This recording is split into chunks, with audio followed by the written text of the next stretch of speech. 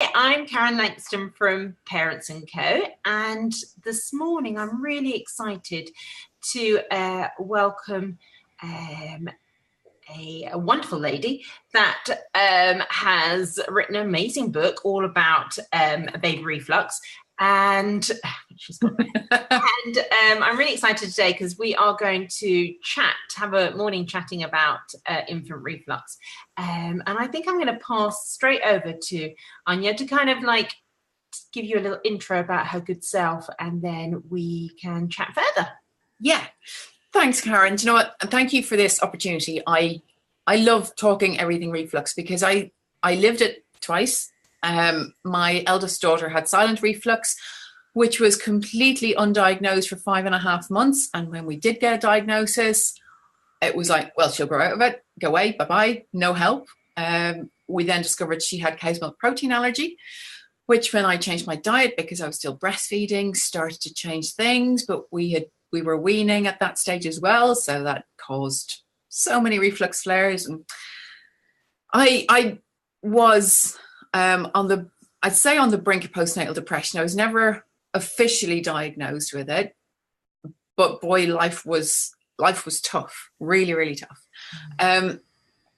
My background before that is engineering and traditional Chinese medicine, acupuncture, which might seem like poles apart, actually are quite closely linked, because everything about them is about understanding the root cause. It's all about looking at a pattern, figuring out what's going on and what is the one thing we can do here to make the biggest change. So I started recording everything, I was already recording every minute of sleep and every time I breastfed, etc. But I started recording every single symptom my daughter had, and I started recording everything I ate. And within about 2 weeks, I started to see some bizarre patterns, like apples and porridge and things that were supposedly safe foods for baby. Anyway, I took them out of her diet, and we had I can only say a life-changing transformational period of about 3 or 4 weeks. And I started to feel like I was a parent. I started to feel like I had a baby who wanted to be happy. She wasn't screaming all night. She wasn't up for 3 to 4 hours at a time. And then the engineer in me is like, okay, great, we've got an answer. Not happy with this. I need to now know why. Why this is the answer. So that started the last 5 years of research. When my second child came along, she had a tongue tie, which we were diagnosed with as reflux, given medications for, which I chose not to give her because I knew it was a tongue tie. My consultant said, she doesn't have a tongue tie. I was pre-warned before going to see him that he didn't believe in tongue tie, which I find strange because tongue tie either is or isn't. Anyway, we had that resolved. We ended up having it cut twice because the first time we didn't have any exercises to do, and the frenulum sort of reattached. So we had it done a second time. Again, I had a life-changing experience within days. Like I had a new baby, plus all of my previous experience with foods of what I should be eating and what she should be eating then when when it came to introduce foods, made things so much easier. And I'm so thankful for that experience, because my second daughter has multiple food allergies, including things like sulfites now, which we were able to pinpoint really, really quickly and then manage life around it. So that's where I came from. Last year, for the last 2 years, people keep saying, you need to write a book, you need to write a book, you need to write a book. So eventually I did. And, if people have a few minutes this morning or today or any time to watch this, there are 3 things that I'd really like people to understand. Is that, first of all, infant reflux is a symptom. Always. It is not a disease. I know it's called GERD. It's gastroesophageal reflux disease. It is not actually a disease. It is a symptom, and therefore it has a cause. Infant reflux is not the same as reflux in adults, and therefore it warrants a different approach. And thirdly, despite what everybody else says, there is a huge amount that parents can do to improve baby's situation and in some cases, many cases, completely resolve the reflux, like just put it out of baby's life and put it out of their life. And if those three things can be understood, then babies and parents everywhere stand a much greater chance of enjoying the infancy period and enjoying introducing food. Yeah, I mean that's something I see a lot of, kind of like within my work as a maternity nurse, is parents just not enjoying baby, you know, and quite often you'll go in and these poor parents are just totally exhausted. I mean, I had a family just recently, and the mum went to the GP, and the GP just threw medication at her and almost got her out the door as quickly as possible. You know, with no kind of follow-up, no kind of saying, you know, look, in a few weeks, I want to see you again, see how things are going, you know, and these poor parents are just kind of left with a baby that they don't even really know how to quite administer these drugs. And, you know, with a baby that's, you know, totally in really bad pain and very uncomfortable. Yeah, you know, Karen, you've hit the nail on the head there. And this came up a lot for me last week with Mental Health Awareness Week, is that the NICE guidelines say that doctors should reassure parents, tell them it's normal, and send them on their way. And only in extreme circumstances should they go to medication. Now, nowhere in the guidelines does it say, let's identify the cause of this reflux. Let's identify the cause of baby's unsettledness. Let's identify the cause of colic. You know, colic to me, and there's another phrase that came out in the States a few years ago, purple crying. They're just catch-alls for letting us not do anything, you know, for letting us ignore what's going on. Because 95% of babies with colic settle immediately when they pass wind. This to me is a sign that their digestive system is under pressure, and that's why they're upset. So if we can understand what's going on in their digestive system, we can do something about it, and they don't need to suffer. Yeah. You know, so and for me, it's about understanding the cause. The cause, there are specific causes of reflux, and they're not so easy to pinpoint, but there is a process to go through and pinpoint them. Yeah. So the first one is drinking too much air, aerophagia. And that can be caused by a poor latch. It can be caused by tension in the head, skull, jaw. It can be caused by tongue tie. It can be caused by an improper bottle teat for a particular baby's mouth. It can be caused by crying. It can be caused by overtiredness and overstimulation, where baby cries too much and they drink air. You know, I have known babies to be medicated for reflux when the cause was overtiredness. Really? Yeah. So resolve the issue, resolve the root cause, you know, understand parents' expectations at the beginning. Yeah, especially in this world where we have to go to every class and we have to go to baby signing, we have to go singing, we have to go yoga. Especially in the early weeks, we don't have to do any of that. No. You know, and it's about understanding what are our expectations of ourselves, what are our expectations of baby, and then acting, you know, in accordance with what our baby needs. So when we find the cause of reflux, we can completely resolve it. And so the other major cause of reflux is baby's naturally immature digestive system. Yeah. You know, we for some reason we believe that babies are, you know, they've got the same digestion as everybody else. Now they don't. We know this because when they're born, they survive on a liquid-only diet. Absolutely. But all of a sudden at 6 months, we expect them to be able to eat and digest everything on the planet, but they rarely have any teeth.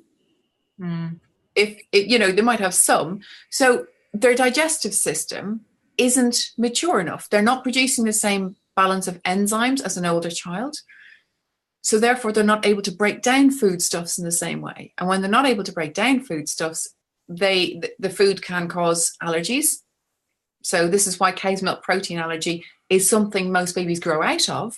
It's because their digestive system matures by the age of 2.5 or 3. So we get allergies and we get intolerances, and intolerances are, you know, the food, so things like carbohydrates and proteins, actually fermenting in baby's gut and causing bloating, abdominal distension, wind, flatulence, etc. So again, understanding the foods babies can digest makes life so much easier for parents and babies. And I think kind of weaning can be quite a minefield, for any parent, really. There's sometimes they're overloaded with information and they get a bit overwhelmed with what's right, which way should I go? Should I do puree? Should I do baby-led weaning? Oh gosh, I must start it, as soon as they hit 6 months. Mm-hmm. And I think, a lot of families, again, that I kind of work with, that, they are told by helpers to start weaning at 6 months. But then, particularly if a baby is a reflux baby, they're not then given any guidance on, like, is there any foods I should avoid? How should I go about it? Would they be better on soft foods? Finger foods. Quite often they're just kind of told, just go and give them everything, expose them to a variety of tastes, which is great if you've got a baby who can tolerate that. But if you've got a baby who's a reflux baby, as I see, that then, that opens a whole new kind of world to pain and, being uncomfortable. Yeah, you're absolutely right. When it comes to introducing food, we just have to be so mindful and so careful. First of all, it's not the day baby hits 6 months, and I'm sure you'll agree, it's when baby is ready physiologically. Is baby sitting up? Is baby able to hold their head up? Have they stopped spitting things out of their mouth with their tongue? Is that tongue thrust reflex gone? Yeah. It's about taking your time. It's about, there's what I call a mind shift for parents. And I go through this with all of my private clients, is I have to take them and say, right, we're going to take you away from everything you know. We're going to look at your baby for 6 months or thereabouts. Your baby has survived quite happily on having the very same meal 8 to 10 times a day, with very little variety. So if you, at 6 months, introduce one food, you have doubled the variety in their diet. So for 4 days, giving them a piece of avocado or a piece of ripe banana, as well as their milk, they're going to go, wow, what's this new taste sensation? Yeah. And then taking it slowly. So making sure that we identify what are the potentially problem foods. And so most of our traditional first foods for babies are actually far too harsh and far too difficult for baby to digest. So things like potatoes, sweet potatoes, rice, porridge, I all say out, completely out. Amazing, because actually, sweet potato in particular is, one of the first kind of veggies that, is a recommended taste. Yeah, and it's because the starches in it are indigestible. Yeah. So baby, at 6 months, right up until about 2, babies only produce amylase, which is the digestive enzyme needed to break down starches. They only produce it in the mouth. Okay. By the time they have all their teeth, they're then also producing it in the pancreas. It's called pancreatic amylase. So these complex starches need 2-stage digestion. They need a little bit from amylase from the mouth.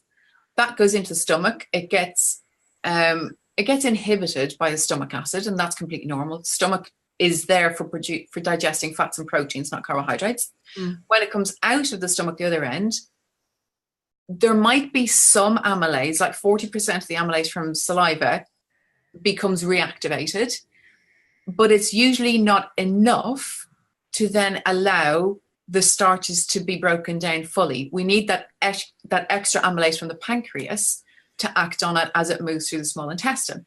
When it doesn't break it down, these molecules of carbohydrates actually ferment. And when they ferment, they produce gas, they produce smells, they feed the bad bacteria in the gut, and they cause all sorts of bloating, distension, abdominal pain. So that's why these reflux symptoms are not reflux symptoms at all. They're nothing to do with stuff coming up, but they're associated with reflux because it's air moving through the body, and it causes a hell of a lot of discomfort and pain for babies who just don't have the physical ability and the motor and mechanical movements to move that stuff through their gut. Yeah, no, and it kind of makes sense, when you kind of put it in those terms, you can totally understand. So you know, when parents come and see you, and do you kind of get them to keep quite a detailed food diary? Absolutely. Yeah. The first thing we do is get a baseline. So understanding the first 3 days, what are you doing? Because without that, I can't pick up patterns. So I do an hourly food and symptom diary, and actually it's available free on my website if anybody wants to go and get it. Okay. It's about understanding what's going on. So if you keep a food diary for 3 or 4 days, you can start to see patterns. Mm-hmm. Now, I look at the patterns of the molecular levels of the food. So I understand that apples are a complex carbohydrate. I know that potatoes, parsnips, because I've been doing this for 5 years now and longer, I understand by looking at the food, or what's the molecular level of that. But it's all detailed in here if people want to work through it themselves. That's why I wrote the book, because I can't just do it on my own. I can't reach people. But you take 3 days, you understand exactly what's going on for your status quo. And this is really important for when you see improvements, because the improvements can sometimes be so gradual that after a week, I'm going to give up. Yeah. I see that. You know what? That's so funny you say that, because I see that also when I do sleep coaching work. Parents, we get them to keep a diary, keep going, because actually sometimes they say, I've seen no change. But actually, like you were saying, when you actually look back then on a diary, you can see, well, actually, there was some change. Might be small, but you've seen it. Yeah. And also then when you get a flare up or something goes bad, you kind of go, hang on. Let's go back. Let's see what baby was eating on the good days, right? Let's go back to the safe foods. Let's understand that your observations or your feelings that this is the worst day you've ever had. When you compare it to where you were at the beginning, you're like, okay, actually, no, it's not as bad as it used to be. Because our brains are wired to forget the stuff that has been awful in our lives. Yeah. We are, our psychology is that we want to block that out. We want to remember the good stuff. So it's really important from understanding our progress and then recognizing that progress to say, this is a change. This is brilliant. This is actually working. We've had a flare up. Oh, that was okay because we tried to introduce pear, and maybe that's not okay for my baby right now. Yeah. And then we can bring it back. The safest foods, if baby can tolerate egg yolk, it's a perfect first food, as are avocados. Yeah, because they're kind of like a good fit, and they're so easy. Avocados are so easy to prep as well. Yeah, they're avocados, ripe bananas. There's your convenience food. It's not from, and this is really important. I love the convenience of pouches, but what we don't know is how ripe the bananas were when they went into the pouch. Yeah, and that's really important, because on an unripe banana, a banana with any green on it will ferment in the gut. And that, when you open an unripe banana, there's sort of a crunch to it and there's a bite in it. Yeah. That's really not going to help any baby with a sensitive digestive system. No. They can actually end up with constipation as well as fermentation in the gut and a whole load of other things from it. Whereas a ripe banana, one that's nicely black and spotted all over it, one that's really squidgy on the inside, the ones that you would usually use for baking a nice banana bread. Yeah. Perfect for your baby. The ones that are on offer in the supermarket because they're nearly completely black, go and get a load of them. Stick them in the freezer. They're just perfect for babies. Yeah, absolutely. And talking about diet, kind of mums when coming to feeding babies. So obviously, the breastfeeding is really promoted, and it's such a good start for babies to have. And again, I hear many mums who have started breastfeeding. It's okay for the first 2 or 3 weeks, and then baby suddenly starts to display kind of, uncomfortable symptoms. And they often then go to the GP, and quite often the doctor may kind of recommend, well, you may have to stop breastfeeding because that may be the cause. So again, it's kind of like, and I know you're very passionate about kind of making sure baby has the right start. So, there's things that mum can do, kind of, looking at her own diet. Absolutely. Okay. I'm all for choice, and I completely understand parents, mums' reasons for breastfeeding or not. What I disagree with really strongly is breast milk is causing reflux. or that your baby is allergic to breast milk. They're never. So baby is never, ever, ever allergic to breast milk. They might be allergic to something in the breast milk. Yeah. And breast milk is the only milk we have 100% control of the ingredients for. Yeah. Okay. So we actually see when we compare breastfed babies and formula-fed babies for reflux terms, there's 8% more babies who are on formula have reflux than breastfed. And this is because the formulas themselves contain foods that cannot be digested by babies. Yeah. I yet don't know a formula that is 100% easily digestible by babies completely. So we have things like sugar in formula. We have maltodextrin in formula. We have cornstarch, potato starch, tapioca, and rice. All of these ferment in baby's gut. For some babies, they don't cause a problem, but if baby already has an immature digestive system that is sensitive to these things, so they're already suffering with reflux and with wind, these things are going to cause a problem. They're going to ferment and cause more wind. They're also going to remove far more liquid from baby's body, causing constipation. Yeah. So breast milk is the most flexible option because we can tailor exactly what goes into it. Yeah. Now, I've often heard the myth that, mum's diet doesn't affect breast milk. And I want to call time on that because that's completely untrue. We know, and everybody believes and accepts that cow's milk proteins can get into breast milk from mother's diet. Therefore, everything else has the potential to get into breast milk. And it's just by the way the digestive system works. And every mother-baby partnership is completely unique. So this is why there isn't a set list of these are the foods you must eat and this is the way it goes, because it depends on the health of mother's gut.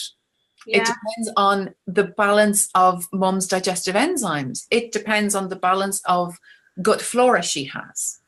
Yeah. Then it depends on her gut wall and what gets through and into her blood. If it gets into her blood from her intestines, it can pass through the alveoli into breast milk. So we have to understand everything mum has can get into breast milk. Yeah. Then it's understanding baby's maturity and the digestive enzymes baby has at any stage, the gut flora they've got to help with digestion of food. So it's not just a one size fits all. But in the book, I detail an approach that says, actually, let's go back. Let's eliminate everything, all the starches, all the complex proteins. Let's start from the beginning and then let's work up and introduce everything, on a safe basis. Because my number one client in all of this is baby. Because if we get baby to a place of great and a happy place, mum's going to be happy. Mum gets more sleep, dad gets more sleep, siblings get a look in, grandparents get to enjoy spending time with baby. Like everything else falls into place if baby's in a happier place. Yeah, absolutely. So starting with that. And, I have one client at the moment who, after struggling for 15 months, her little girl was 15 months, when we started working together, within 2 nights, she slept 8 hours straight in her own bed, which she had never done. She was awake every hour for the previous 15 months. Wow. And it's like this client she was very happy to go the big bang approach. Let's do it. I'm fed up. And she's like, now she didn't sleep for those nights because she's like, is my daughter alive? Is she breathing? Yeah. But she's, after 10 weeks, she's well used to it now. She's like, hang on. She woke up 3 times last night. What's going on? Yeah, so it's about understanding. And this mum now eats oats because she's able to eat oats, but her daughter can't. And that's because her digestive system can process them. And it doesn't affect the daughter. Yeah. But she can't have wheat at the moment.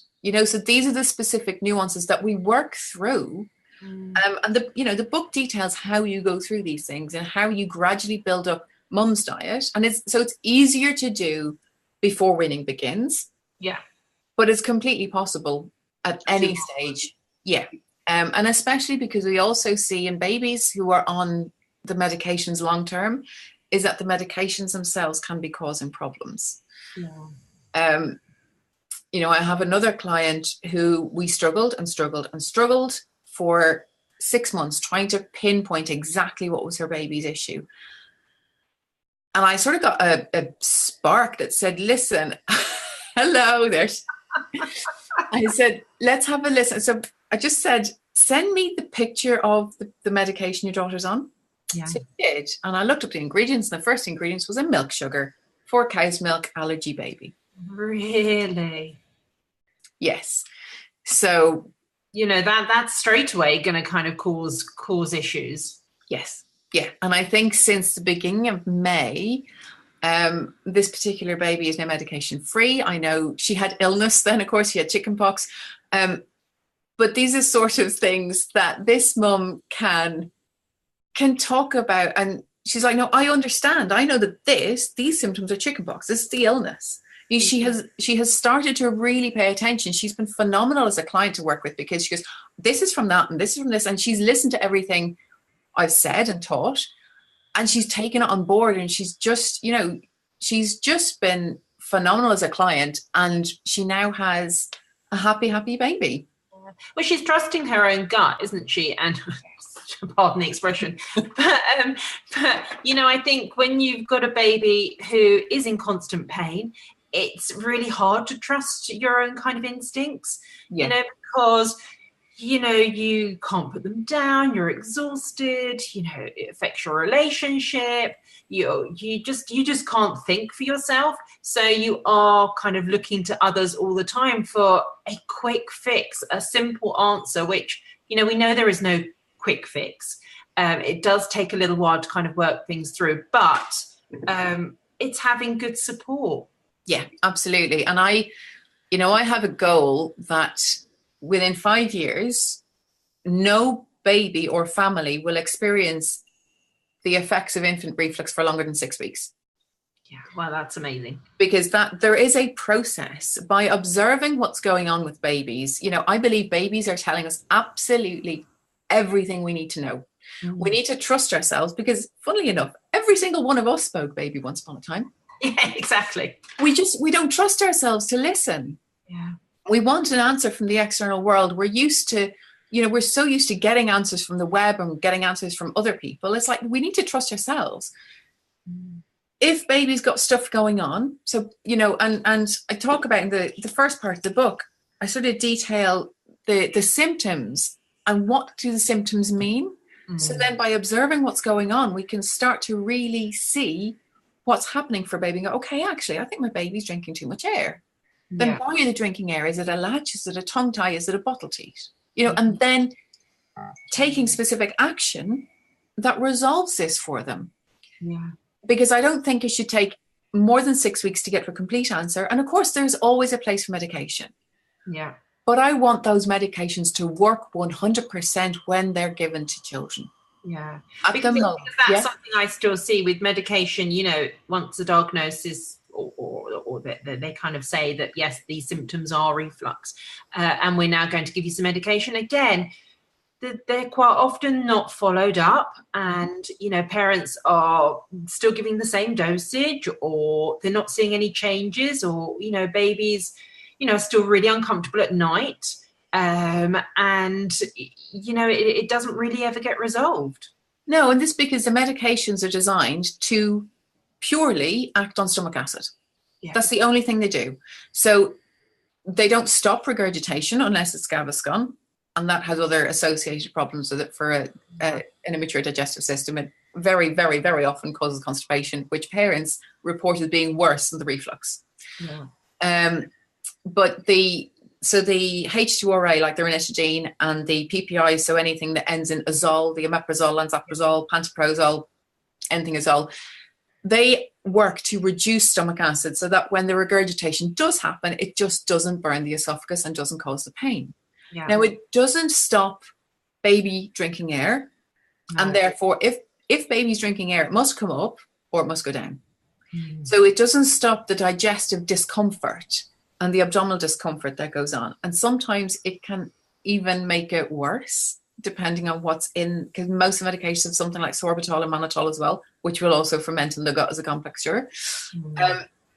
So I've got a survey, it's been running for over a year, and over 1,500 parents have responded. And I've seen that 4% of babies have had 10 out of 10 complete resolution of symptoms with medication. Wow. Less than 20 report 8, 9, or 10 out of 10 in terms of impact. So, you know, it's not working for 80% of babies. Yeah, that's a high percentage. It is. And it's because we're not addressing the cause. We're treating a symptom, an isolated symptom, not what's going on for baby. And I think that's just fundamentally wrong. Yeah. So, yeah, so I'm all about let's find the cause. And then if medication is the right route, then absolutely. But let's find the medication that's going to work for this baby. And then let's review it properly. Let's make sure parents are not going to Facebook groups to get medication increase and dosage information, which is so dangerous. Oh, I saw it even last night when I hop on just to kind of like, you know, see what kind of questions are being asked and comments are being made. And I see it all the time. You know, parents are almost, other mums are offering, you know, oh, well, my baby was on this dosage, so, you know, try this. And you think, oh, gosh, that, you know, they're all so different. Yep. Yeah. And like these medications are not even proven safe for babies under 12 months old by the manufacturers. So it's our GPs and our doctors and pediatricians who are taking the risk upon themselves by prescribing these. They're also indicated that you have like a 6 to 3 month review period, which isn't happening in many, many, many situations. So it's just, you know, we need a better approach. We need a more consistent approach to everything we're doing with babies. And we need to just look after them. You know, we need to listen to ourselves. We need to pay attention because everything we need to know is right in front of us. Yeah. You know, and then when it's just about, I think the most important thing is that parents can do so much. We don't need to wait for baby to grow out of it. You know, baby will grow out of it. So when your doctor says that, they're being honest. Yeah. But poor parents are quite often broken by the time they wait for baby to grow out of it. You know, another time I get called in is because they're so desperate, they're broken with lack of sleep. Yep. You know, so by the time kind of maybe they get to 10 and 11 months, you know, these parents are just on their knees. So, you know, it's how long do they wait for these babies to grow out of it? And, you know, they've all suffered. Like you were saying, you know, the whole family has suffered kind of alongside the baby. Absolutely. It's really no life. I mean, I did it with my first daughter. We got to the stage where like my husband and I think she was probably only 6 weeks. And I remember one night sitting there crying, basically asking him, what did we do to deserve this? And maybe we shouldn't be parents. Yeah. You know, maybe we're just not supposed to be parents. And this is the universe telling us this. Like it was to even have those thoughts going through your mind. Yeah. Is just horrible. Yeah. And I don't, you know, if I can stop another family going through that, then I will. But I want to stop so many more families having to go through that. Yeah. Because it's not a deserving thing. This is actually so much about our society and our culture and our approach to babies. And we want everything now, and we want instant gratification, and we become this. And our baby should be able to eat everything. It's like, no, let's just take it back a step and understand, you know, because we know babies are, you know, have a cognitive development curve. We know they have a physical development curve. We know they have an emotional development curve. Yeah. We're just not told about this digestive development curve. No. But it's there. And if we understand it, we can work with it. And parents can have the most, you know, they can start to enjoy being parents. They can start to experience the love. They can actually start to connect with each other, because that's, you know, when a baby comes into the family dynamics change so much. Oh, absolutely. That, you know, and let's not forget about dads in this. You know, my husband, I'm just really, really lucky he's stubborn, like really stubborn, and that he wasn't going anywhere, because I gave him so many excuses to walk out the door. Oh. Because just from a pure lack of sleep and everything being overwhelming, you know, this little thing was completely and wholly dependent on me.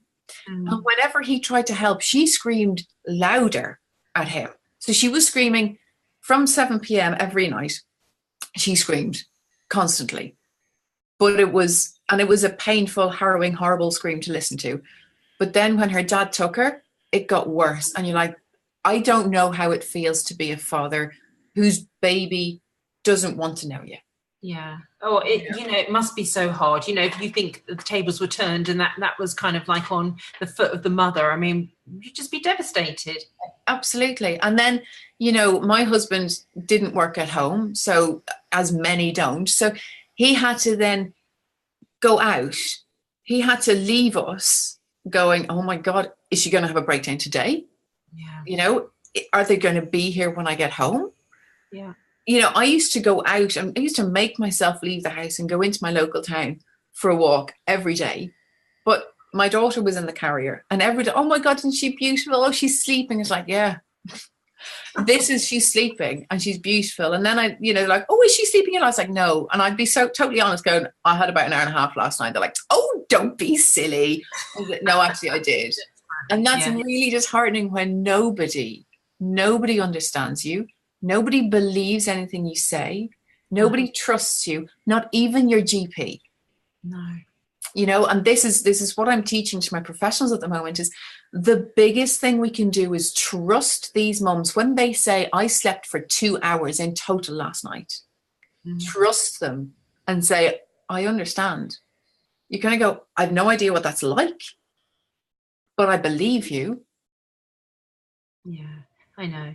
And just giving people that space can really just give mums a boost. I mean, if people had said to me, I know it's hard, I can't do anything, but I'm here for you.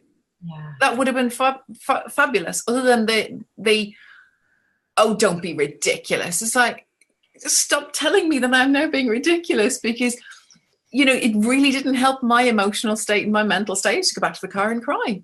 No, well, I think there was a study done that there are more mums suffering with PND with babies who suffer with reflux symptoms, and then you totally can understand why.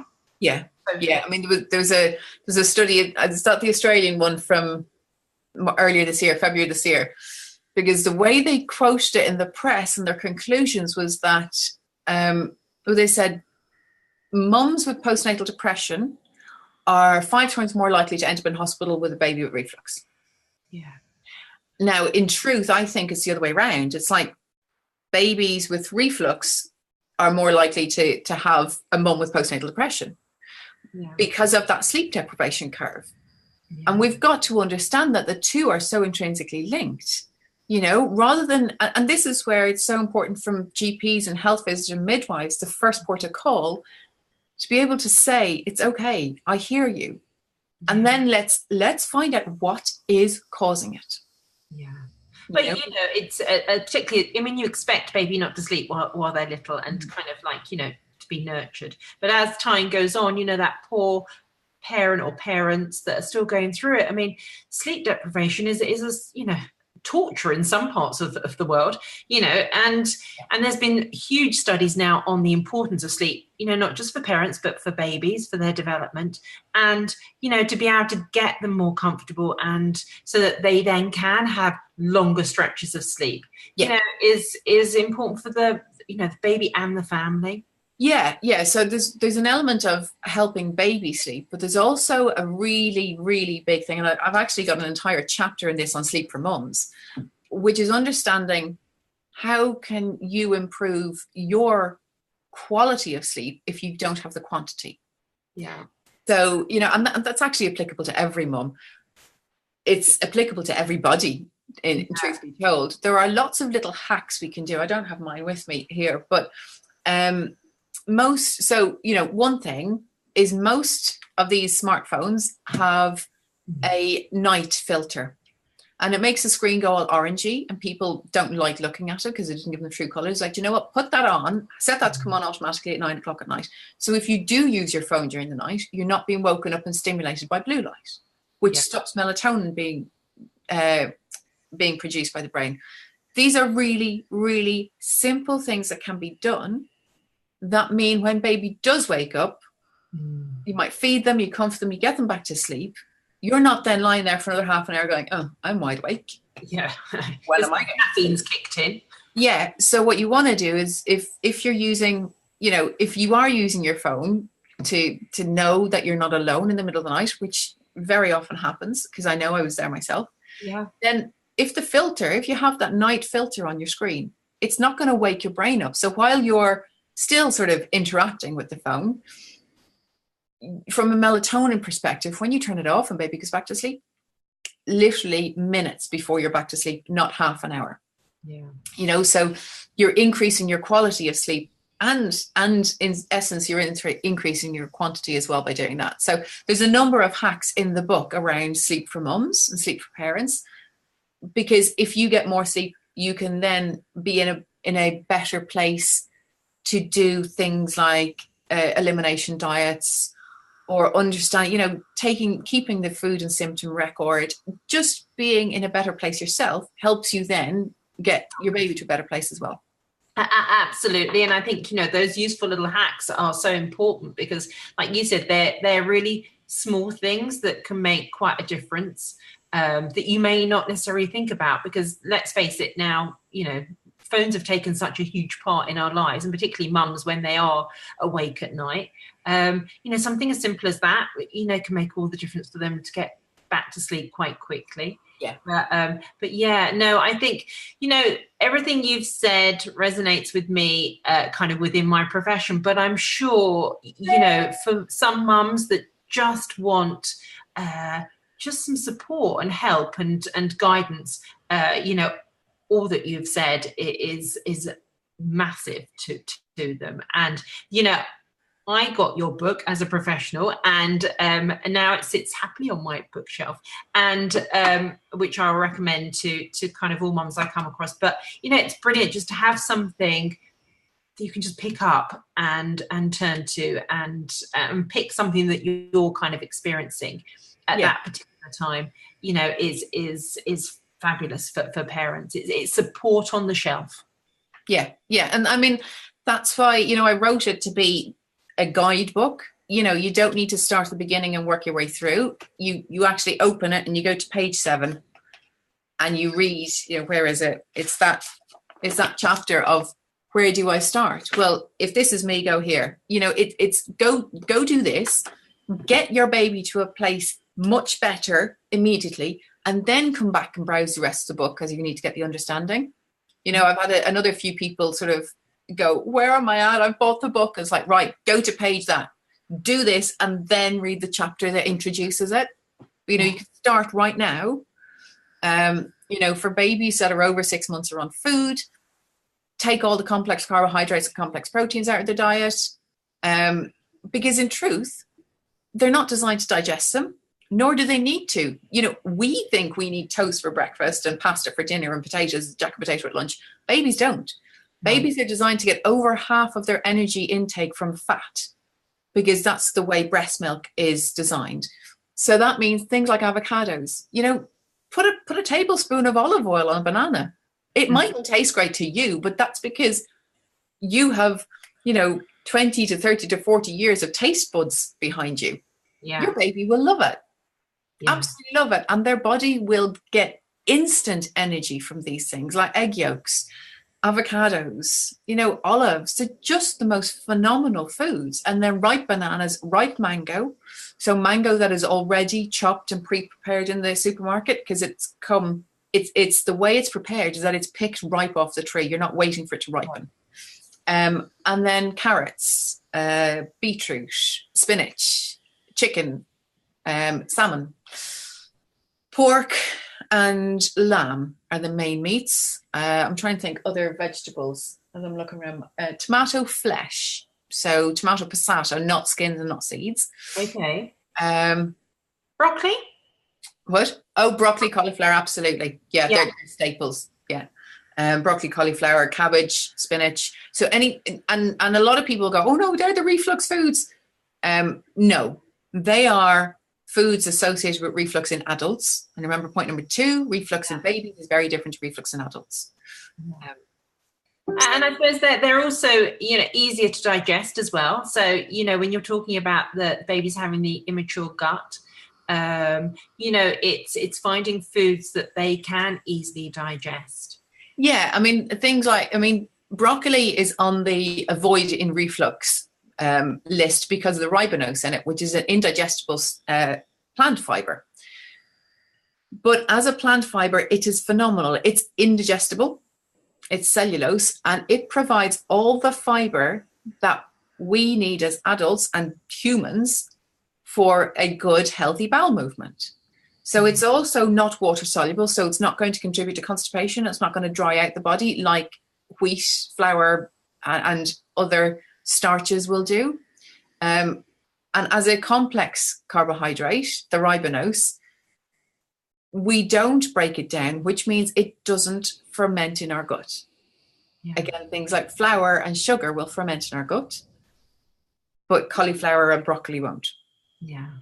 No, that really kind of makes sense. Definitely. Yeah. You know, I think we could talk all day on infant reflux. You know, that there's so many other things we haven't covered, but I'm conscious of time. Yeah. And kind of like, you know, wrapping up. But Anya, will you put a link in your Facebook group? I'm sure you've already got a link there to your website. Yeah, I'll pop in the comments under the video. Yeah, and I'll do the same. And, you know, I truly want to thank you for hopping on today and sharing so much valuable information with us. You know, it's kind of enlightened me, and I'm a professional that kind of works within the baby industry. So I highly recommend kind of getting Anya's book, because it's definitely worth worth having just on the shelf. But yeah, and just really want to thank you for kind of coming